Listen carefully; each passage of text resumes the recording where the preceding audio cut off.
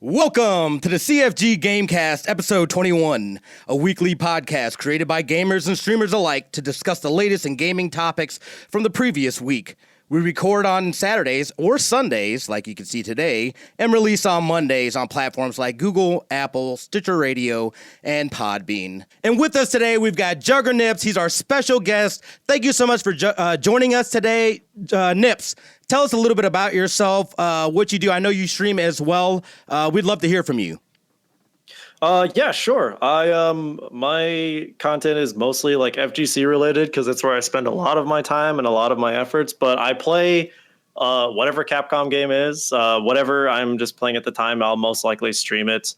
I don't stream anywhere near as often as like Flexiss or you, but I pop on every now and then, and whenever I just feel like sharing the experience with you guys. But I'll play, like lately I've been playing a lot of Monster Hunter. I know the Tekken patch just came out, so usually I'll host like fighting game lobbies and throw those up. I know that Borderlands has been really hot and happening right now. I'm most likely going to be streaming that. Like I'm probably going to be really busy with the streaming schedule because the next few months leading up to March and April of next year are going to be so packed with things that I want to play, and I'm definitely going to be sharing them with you guys. So thanks for having me on the stream.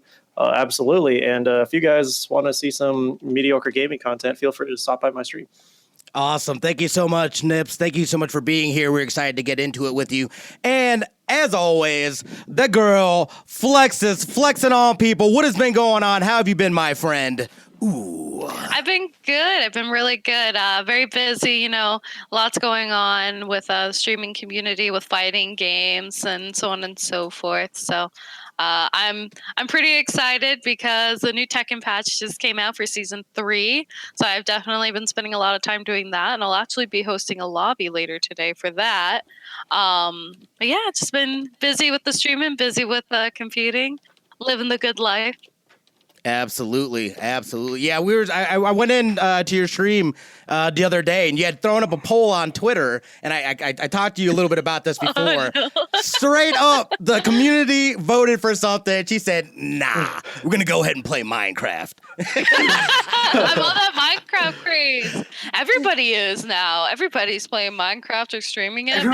This was so crazy, right? Everybody's been playing Minecraft like under the radar, and now because of the power of Twitch, like it's coming back in the public eye. But Minecraft has apparently maintained like 10 million players since its release. Well, and it's crazy. I could not believe that. Yeah, because like there's a lot of, not only that, but you've got a lot of younger kids that play. My daughter just got on that Minecraft grind, so I had never really played it beforehand. So I've been I've been playing it a little bit here and there with her. She's really digging. I mean, she's sitting there telling me I got to practice so I can get better, Daddy. I'm just like, gosh, I was like, I love you, little kid. You me. That's so sweet. You're me. That's me. It's like a little me. Yeah. Well, and then Nimbus talked about that GTX, that upgrade that they have, so I still haven't seen that in action. That looks insane. I was just like, that's a whole new game. That is a whole the new ray game. tracing. Oh yes. That's gonna burn my computer up right now. It's gonna like be a sauna in my room, but it's worth it because beautiful lighting. Yeah. Those were the mods like back when Minecraft came out, and you would see all like the crazy lighter and shading mods, like, and you want to install that on like your computer lab computer. But now it's like, this is the future. It always gets better. Minecraft is the place to be if you want it to be like quality technology. Right, I agree. And myself, I've just been on that, so we were playing, so I got through, I'm still at Act 3 of Gears 4, so I need to finish that. Move over to Gears 5. However, on Thursday, I think it was Thursday or Friday, Borderlands 3, that dropped. So I've been playing it, and like again, we just finished Borderlands 2 here a few weeks ago, so it's still pretty fresh with us. Dude, I am put your life on pause. I am a game whore, dude. I'm not gonna lie, and I'm a loot sloot. Thank you, Immergerd. So absolutely. So we've been on that grind, like literally, and it felt good. Like it's been a little bit since I've had a weekend where I just haven't really done anything. So yesterday, I literally just, and the girlfriend was great. They were out doing things, and they just let me play video games all day long, and it was amazing, and I needed it. Oh, that's so nice. That's why I have so much time, dude. Like I was literally, that's all I did. My back and my butt are hurting. Like, straight up, dude. when Monster Hunter Iceborne, the expansion for Monster Hunter World came out, Flexiss was just like, all right, I'm probably not going to hear from you for like at least 24 hours. So I'll let you go. And I was just like, thank you.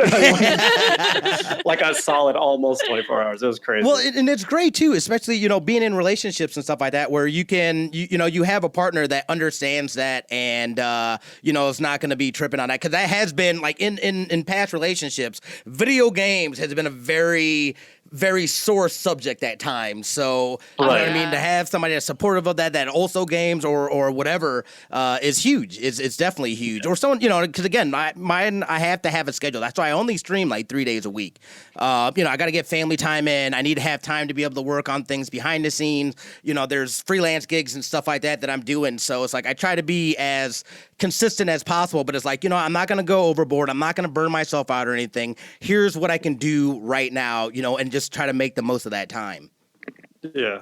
That's good that you like keep to a specific time that you need to play the games and play the games that you want to play. And I mean, it's like you're covering all the grounds too. You got through Borderlands, you're getting this far through Gears, and I know that those are like recent playthroughs. So you may call yourself a game whore, but you're still dedicated to all of them. Right. You're right. In your own way. And I know that like maybe polyamorous is a better term.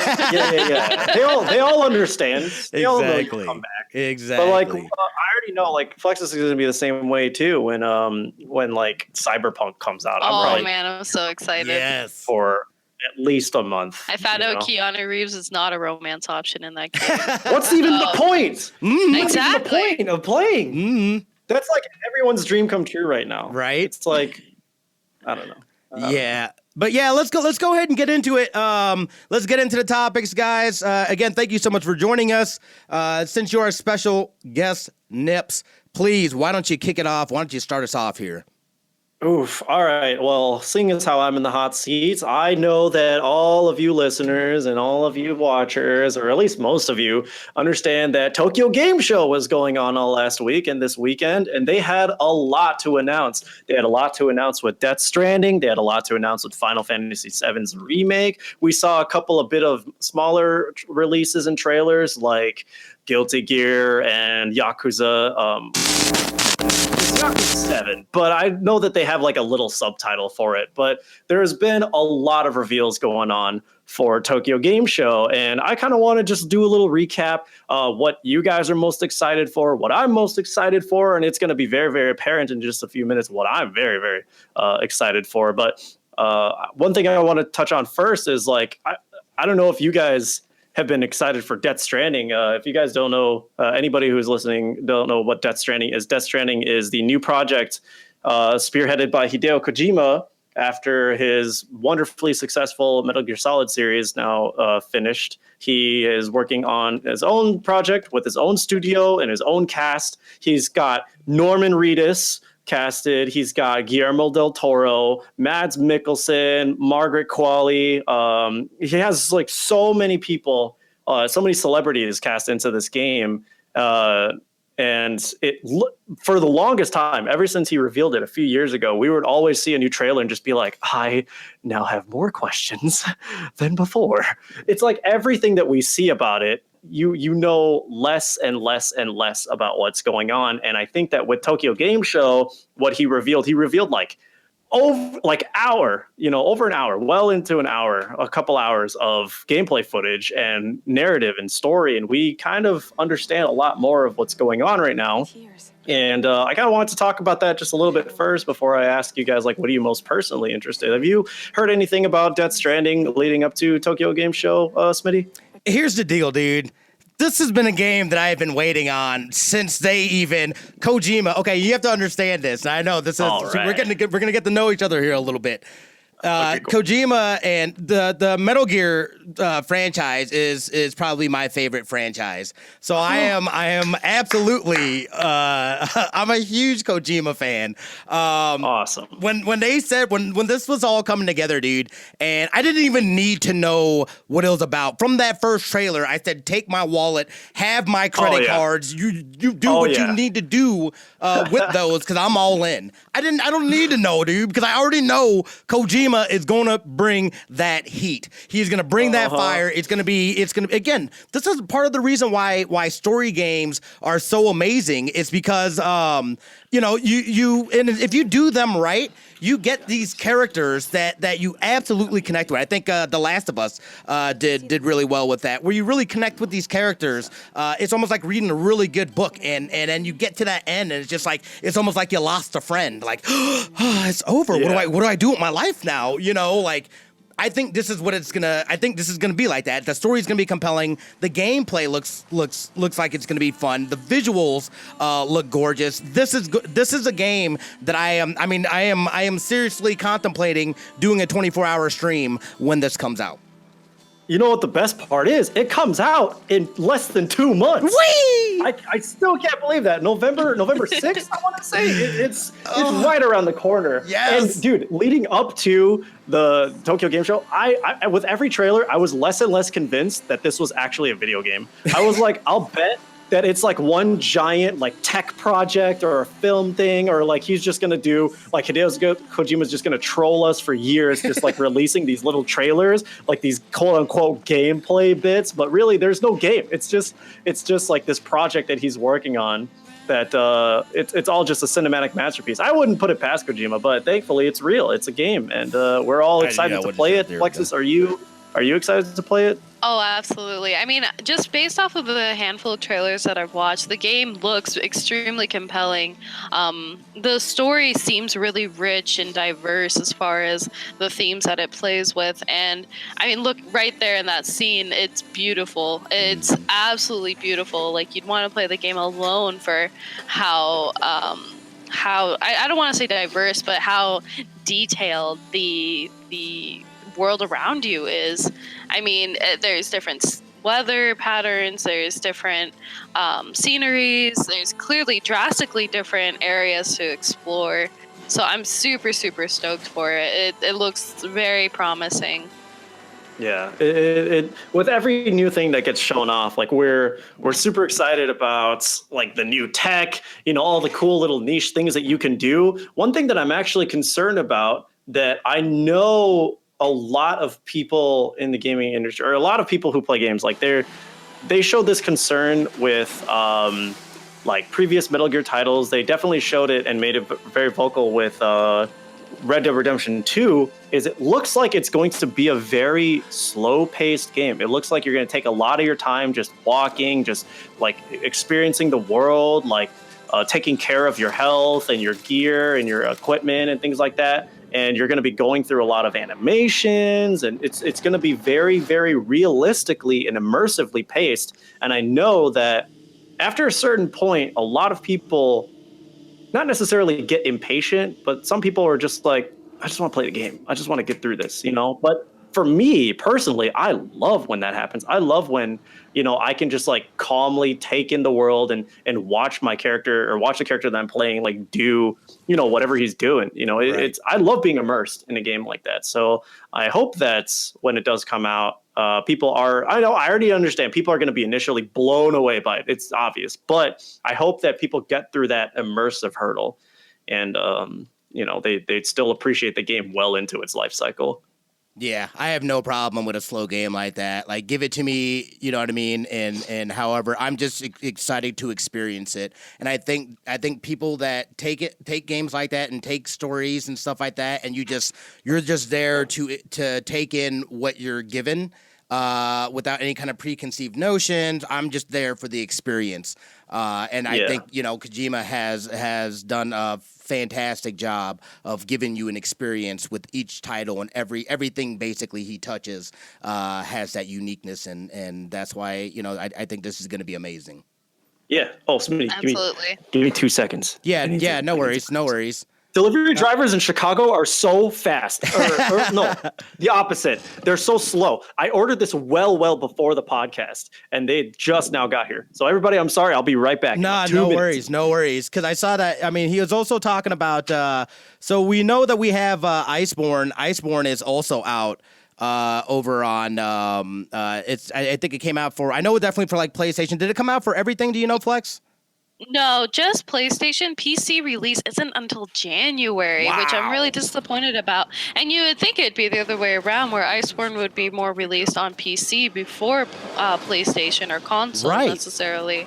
But yeah, no, PlayStation gets the long end of the stick per se, and it looks really good. It's basically a whole nother game as a DLC. So yeah, this is definitely one that I am going to, because again, I was playing this Monster Hunter World is my first time ever playing a Monster Hunter game. So this is the very first experience for me.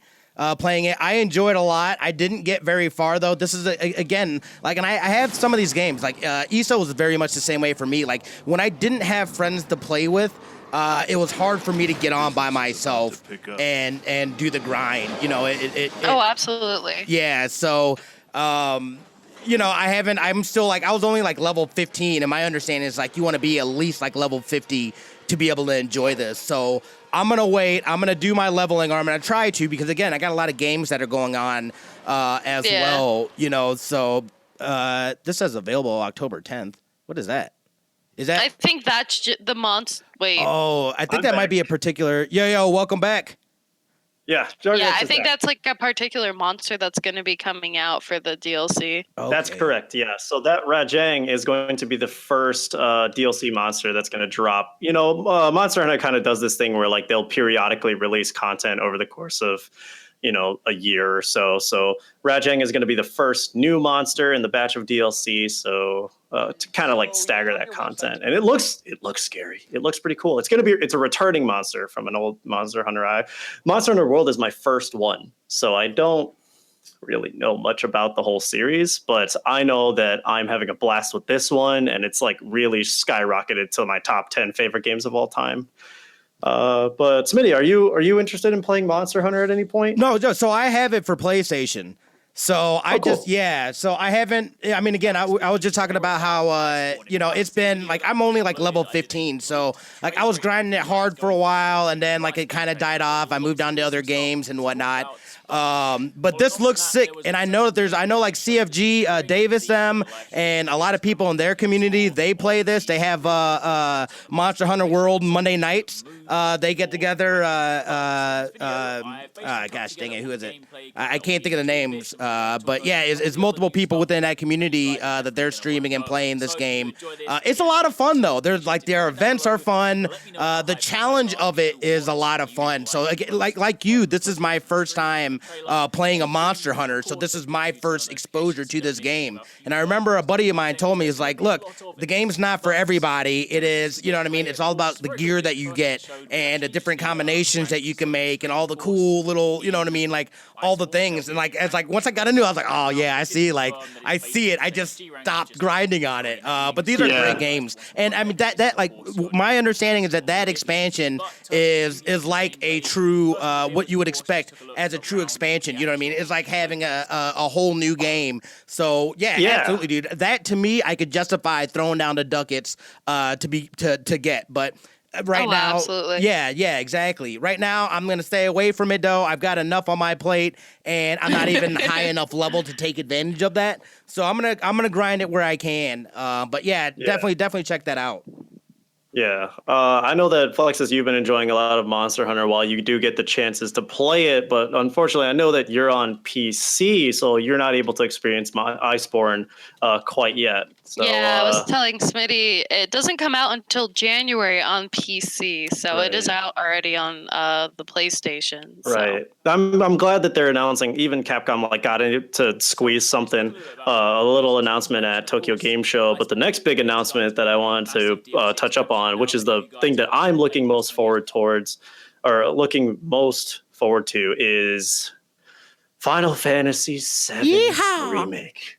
Yeehaw, man. Actually, hold on really quick. Actually, before I delve into that, I know that you guys on the last episode, or I think it was an episode before the last one, you guys were talking about the Project Resistance tease and how excited you were for that. And how do you feel now that it is exactly what you guys were anticipating? I'll let you feel that, because again, I'm not. Because I'm not very much into. I've played a couple of them, but I've never even finished like a Resident Evil. That was more. I know Davis is definitely big on it.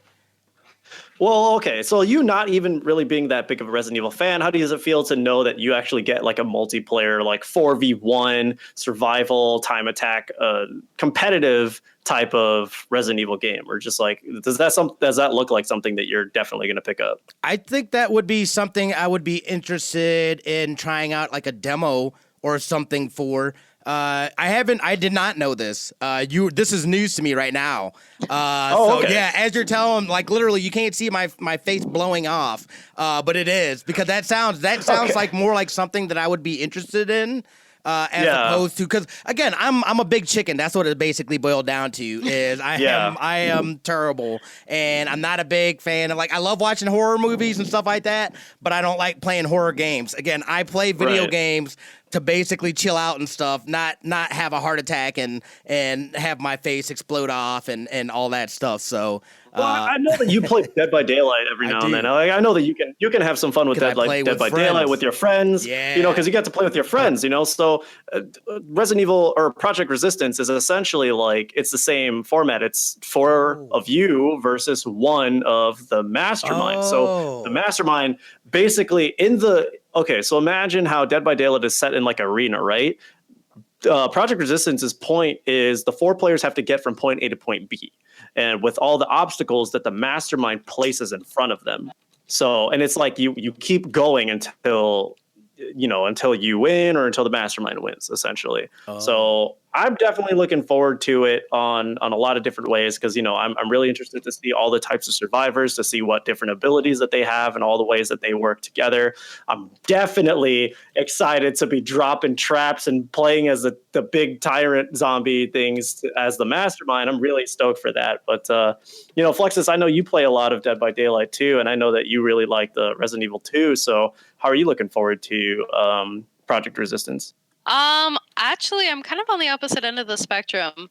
I as much as I love Dead by Daylight and as much as I enjoy like horror games and stuff like that, if I'm gonna have like a multiplayer game in a Resident Evil setting, I'd rather it be more story focused than PvP focused. So finding out the news, as exciting as it is to team up with your friends and stuff like that, it kind of, I guess, it loses my interest because of that. Because I love the story, and I love the atmosphere, and I love the whole concept behind Resident Evil. And I feel like having that sort of PvP aspect really takes away from that. Yeah, I know to know that there's not going to be some story elements in that game, like you're not going to unlock little tidbits about each character and about like the different, if there's different types of masterminds. I understand what you're saying though. Like you want to be able to explore the police station with your friend and solve puzzles. Like I was definitely hoping for something like that too. Yeah.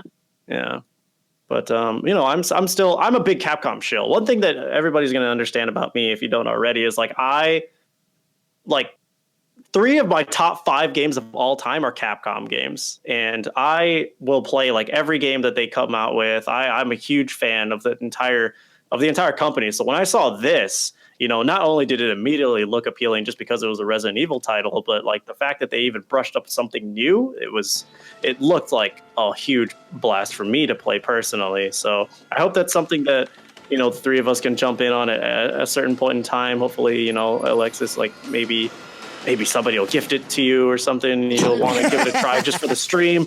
Maybe, hey, who knows? Maybe you'll put up a poll of like, hey, which new game should I try out? And everybody, Minecraft. And everybody votes like Minecraft, but then you feel like playing this anyway, So hopefully it's something that's really interesting. Smitty, do you have anything to add? No, I'm just being able to see some of the gameplay. This totally looks cool. Like, this absolutely is something that I would play, especially with friends, too. Like, this would be dope. I think it's cool, too, that they're, they recognize, like, look, we don't want to keep giving you guys the same thing as well. We're going to experiment a little bit, see what we can do in these other kind of genres of games, but still within the context of that world and that universe. I think it's worth a try. I enjoy these games, which I never thought I would enjoy games like these, but once I started playing them, like, I totally got addicted addicted to them. I was like, yeah, this is fun, and kind of, you know, my adrenaline gets all pumped up, and I'm kind of freaking out, but I got my friends here too, you know, like. Yeah, that's how I have to play horror games too, man. I gotta like pump up the adrenaline. I gotta psych myself up and be like, what is this, man? Come, this is a zombie? I don't give a damn. I'll just go in. And I'm horrified on the inside, but it's like, I'm with my friends. This is fun. This is cool, and I'm scared. Right. You see swag. I was gonna say we were mentioning Capcom, and that might be a good segue into my topic. Yeah.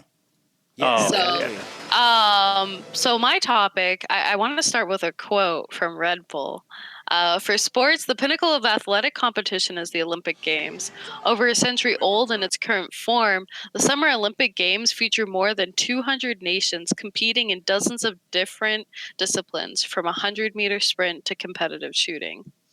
The International Olympic Committee and worldwide sponsor Intel have teamed up to announce the Intel World Open, an esports competition that will take place in the run-up to the 2020 Summer Olympics in Tokyo, Japan. The Intel World Open will include 2 games with 250K prize pools for Street Fighter V and for Rocket League. This will begin with online qualifiers nationally, where esports players are selected to then compete in a live qualifier event held in Katowice, Poland, to determine which of the 12 teams will travel to Tokyo to play at the World Open tournament. And now, according to Intel News Fact Sheet, the tournament structure is as follows. Your national qualifiers, where the 12 countries are pre-selected to form national teams.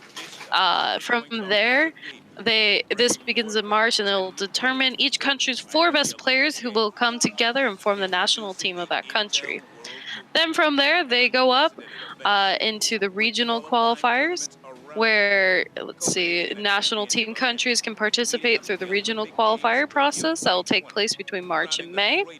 This in turn will knock it down to 8 teams, which advance to the semifinals in Poland through the regional qualifier process. Then from there, you have the live qualifier in Katowice, Poland, and this is where the final 7 teams will be determined and will join the Tokyo final event. So Intel chose Street Fighter V as one of its main events for the Olympic stage because of the franchise's clear, rich history in Japan, which in turn sparked the popularization of the genre in the first place. This is very much modeled after the actual Olympics, where there are qualifiers across the world in the year prior, and a few talented individuals are selected to represent their country and compete at essentially what is esports Olympic. So it's really exciting because for the first time we're seeing representation of esports in a very Olympic style worldwide. Now, it's not actually at the Olympics, which some were said to believe, or led to believe. It is at a pre-Olympic event, from my understanding. But it's really exciting because, as I said, this is the first time we're seeing esports being represented on such a large scale. And the exposure that the Olympics is going to bring to this game is it's really exciting. And it's really exciting, too, because I feel like it's entering a new era of esports where we're seeing it being taken not just as a video game, but as an actual competitive sport that's held to the same standard as, competitive other competitions, like, again, 100-meter sprints or competitive shooting and so on and so forth. So that's true. So I know that I remember going in, I was like really, really curious as to why they picked Street Fighter, but it made sense because it's in Tokyo and Street Fighter has been like super significant of the as a series and a part of the culture for so very, very long. Because Rocket League as a spectator sport makes a lot of sense. The car hits the ball into the goal. It's like it already has the predetermined things of a sport that people of a general audience understands. And they're like, all right, I can watch this. Like, they won't obviously understand the technical skill that goes into that. But, and then a Street Fighter, it's like a fighting game is very, it's very straightforward. Like, guy has to beat the other guy. But I was really interested that they picked Street Fighter over the other. And what does also make me very happy is that we're getting esports into the public eye like this, like with it being on an Olympic, particularly on an Olympic stage, but something that is partnered with the Olympics. It's going to get that, bump in viewership and exposure and help with, getting that production quality. Like, I'm really excited for Street Fighter, especially as a game, and for Capcom as a company. And I mean, Rocket League is already swimming in dollars, so I'm not really concerned about them. But for Capcom to kind of get some of that publicity swimming their way, like, I'm really, really excited for them. I hope that, this really bumps their ventures in esports, and that it grows as an industry. What do you think, Smitty? Yeah, this is huge. The fact that it's even partnering up with the Olympics, even though it's not there, I think this is, again, something that just kind of a precursor to what is going to be the inevitable. It will be in the Olympics. People are recognizing gaming and esports as a legitimate sport, and you're starting to see it on a bigger stage. Again, I feel like Las Vegas is very much trying to embrace this. They're trying to get ahead of the curve as far as we've got esports arenas popping up left and right on the strip. Oh, yeah. You know what I mean? It is bringing in more international travel. The numbers are there. Again, I'm from traditional broadcast. I came from broadcast news, so I very much within that role saw that people are moving away from traditional broadcast, and people's eyeballs are on their phones, on their tablets. Everyone knows how to do them. The kids know how to do them as children. You know what I mean? Like, that is where the future is. Traditional broadcast is going to be slow to it, but you're seeing these other companies. And anytime like the casinos and those big money people are investing money into these kinds of things, they're way ahead of what we're thinking on our muggle level. You know what I mean? They got people on top of people on top of people that's all they do is look at the economics of it, look at the popularity. So the forecast is already there that it is going to be a staple. So the fact that they're getting these kinds of partnerships, the fact that even a ninja was on, Sports Illustrated and is getting paid, millions of dollars to go stream on a platform, man. I want that to be me, son. That's awesome. That's fantastic for everybody that's doing this, and for people that like becoming a content creator you can do in your own home. 2 years ago, I didn't have any of this stuff. I was a guy sitting on the edge of my bed hitting go live on my PlayStation, and you know what I mean? Like now I basically got like a mini studio in one of my bedrooms. Like it is there. I've believed in it. I've been talking about it. I've got, I'm trying to work my own angle. I just left that job here about 3 weeks ago to go work in digital over at a newspaper because they're moving forward with that digital push. So I'm looking to do, again, I want to work in that space. I'm about that space. It is here. It is going to stay. It is going to get a lot bigger, guys. Yeah. Yeah. And I want to talk too about the prize pool, because it's a total prize pool of $500,000, which split up between the two games is $250,000 each. Mm-hmm. Now, in comparison, the Capcom has Capcom Cup, which that's when Street Fighter is hosted. It's a big tournament of the year. All the top players go and compete, and the number one person, or like the winner of Capcom Cup, gets $250K. But all tournaments prior to that, nothing even comes close to those numbers, at least that I'm aware of. And so to see that a tournament like this, where the prize pool is $250,000, and it's usually split where at least first place gets 50%, if not more.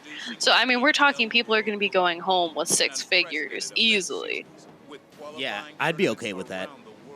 I'd be okay with that. I wish I could get good. There's no way. Like, I know these people dedicate so much time, and this is another reason why I can see it being categorized as a sport, as it being, it getting recognized, because you legitimately have to work it every single day, and they are working it hours on hours on hours on end, honing their skills, getting better at these games. So, man, like it's so much fun to watch and see people compete on that level. You know what I mean? It's like I have fun.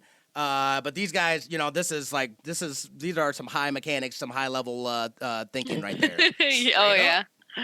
Absolutely. Yeah. There's so much dedication that goes into like being a professional player of any kind, like esports, traditional sports, like whatever it may be. Like the amount of work that play. And the thing is, like, a lot of people are just like, oh, they're just pressing buttons. But I can look at you and just be like, dude, you're just swinging a bat.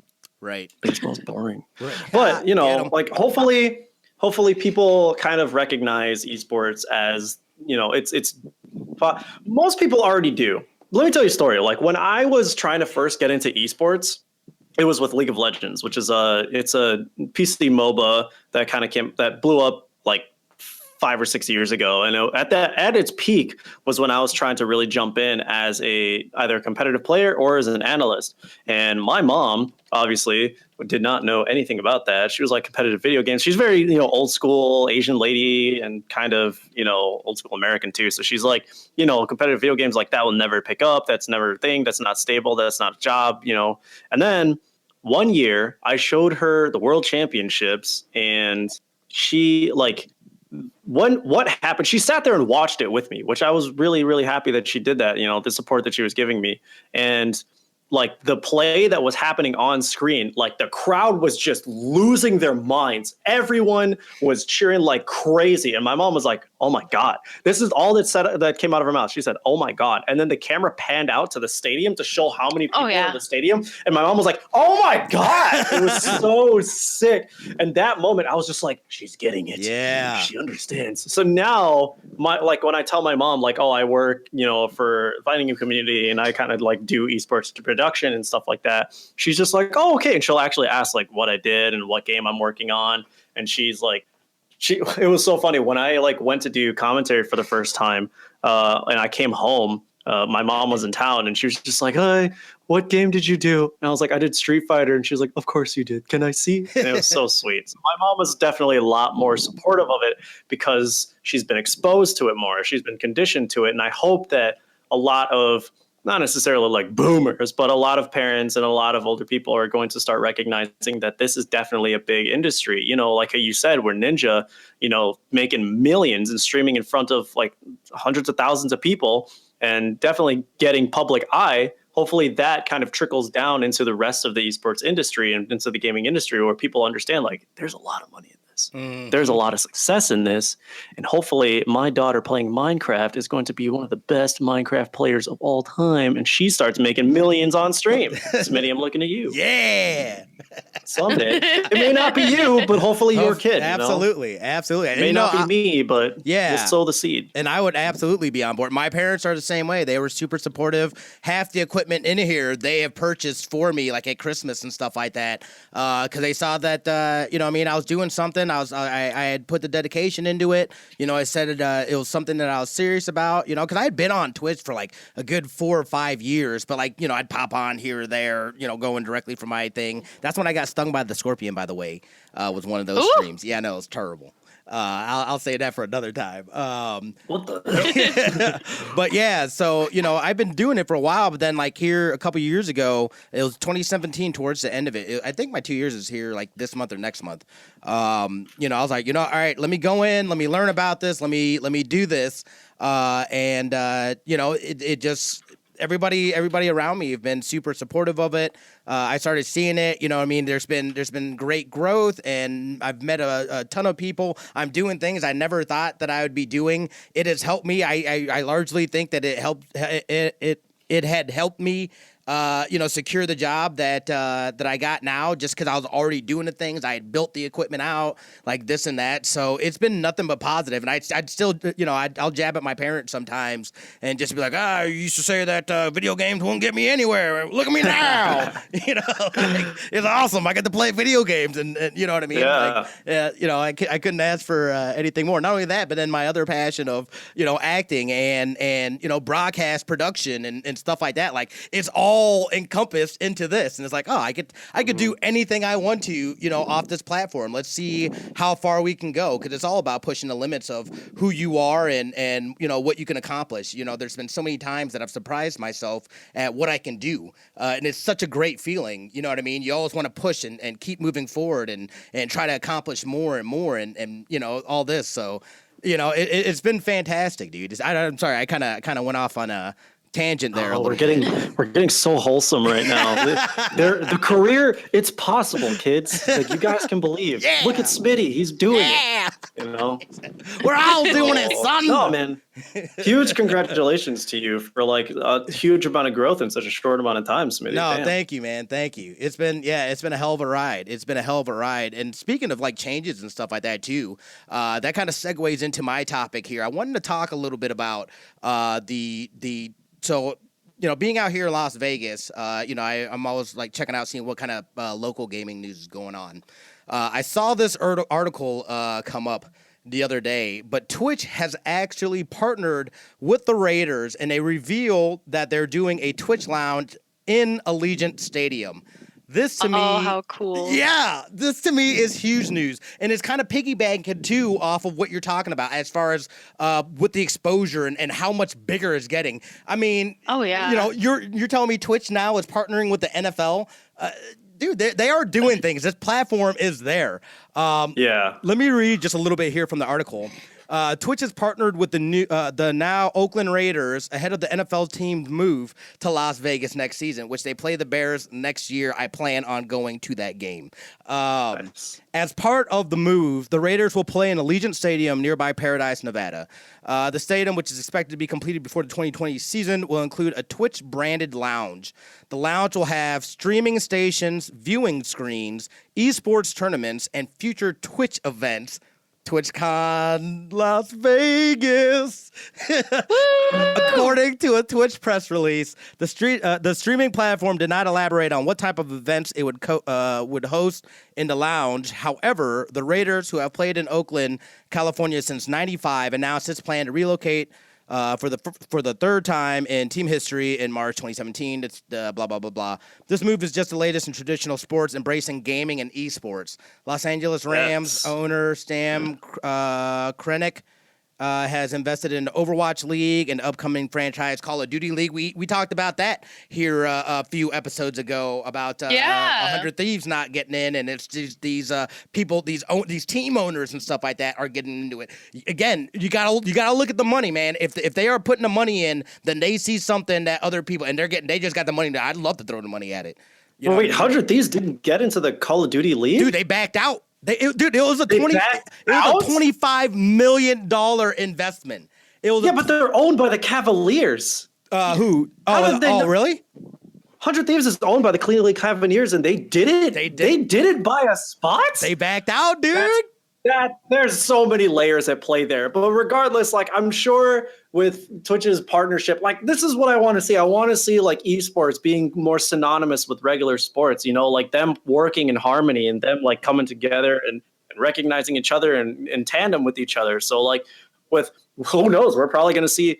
I remember I was watching Super Bowl one year and I was seeing ads for like CSGO and Dota. It was so sick. And like, I want to see more stuff like that where it's like, it's not just at the Super Bowl, it's at like a regular game. I want to see more stuff where they're working in tandem together, because like I said, a lot of people are understanding there's a lot of money in this, and the esports lounge is probably going to host a lot of games that make money. They're probably going to host a lot of events that bring in a lot of people and put a lot of eyes on it. With the amount of money that they're getting partnering with the Raiders, they're definitely going to get a lot of boosts in production quality. So hopefully that kind of gets everybody's eyes on it. But I mean, I think what's funny is, the brain is a muscle too. That you have muscles on your hand. You work your muscles doing esports and things like that. It is different. Like I'm glad that it is getting to that point, but I don't know if people are going to start calling esports like, oh, it's sports now, because they are different. They are very, very different. The athletic ability is like, it's still deep, and it's still very complex, and there's still like superhuman level thinking and ability. But, them mostly just working in tandem with each other as opposed to becoming one entity in one industry, I think that is a lot more beneficial and realistic, because I don't know. What do you think? I totally agree. Again, these are the people that have been doing it with the NBA, the NFL, the NHL, this and that. They know, they've been doing this stuff. They know the right people. They are trying to build out that infrastructure now for esports to run that way. But again, we gotta see. We're still in that transitional period. People are still trying to get on board with it. But if you got people that are throwing, and I like for me, like I understand that is tough. 25 mil for that kind of investment is not proven. Although you've seen some success out of Overwatch League, it still hasn't. Trying to do a COD league now. It's you don't know how it's going to turn out. So.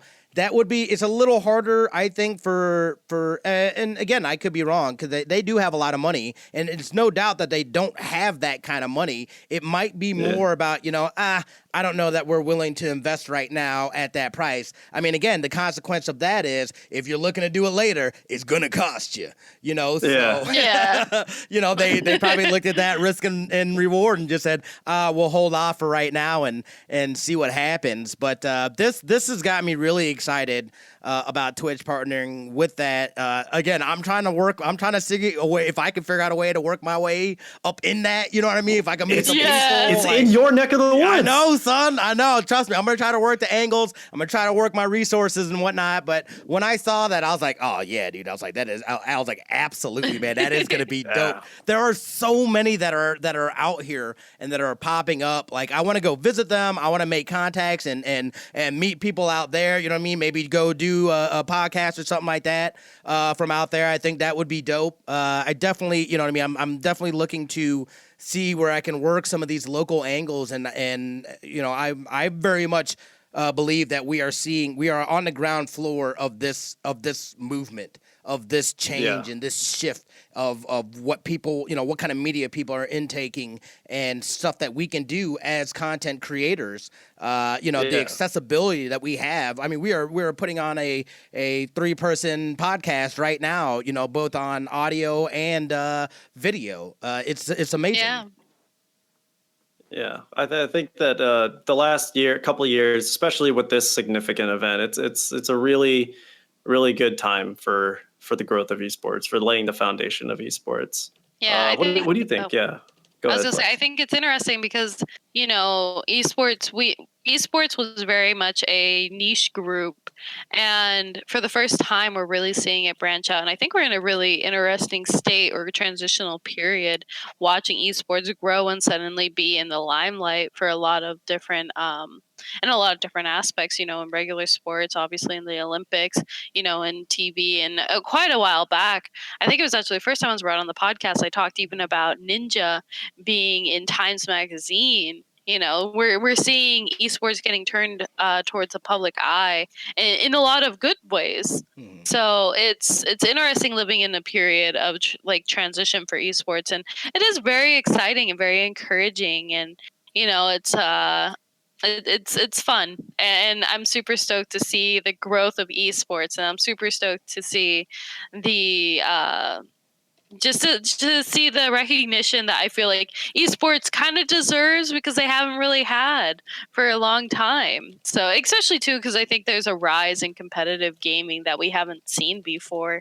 With Fortnite, with Overwatch, with fighting games, with Dota, and with what is it, League of Legends, and so many other games where I feel like we're really seeing a rise in competitive gaming, which I think definitely helps as well. Yeah, and it does really help that we're getting, or the esports is getting proper exposure, because we've had these games have had large prize pools for a very long time. Like the International has had multi-million-dollar prize pool for years now, and I think that with Twitch partnering with something as big as Oakland Raiders, and getting that bridge into your modern TV outlets and into your regular sports and your regular outreach, it's going to really put the scope of esports on the map, because people are going to understand Ninja makes a lot of money, Dota makes a lot of money, CS:GO makes a lot of money, Call of Duty, everybody knows what Call of Duty is.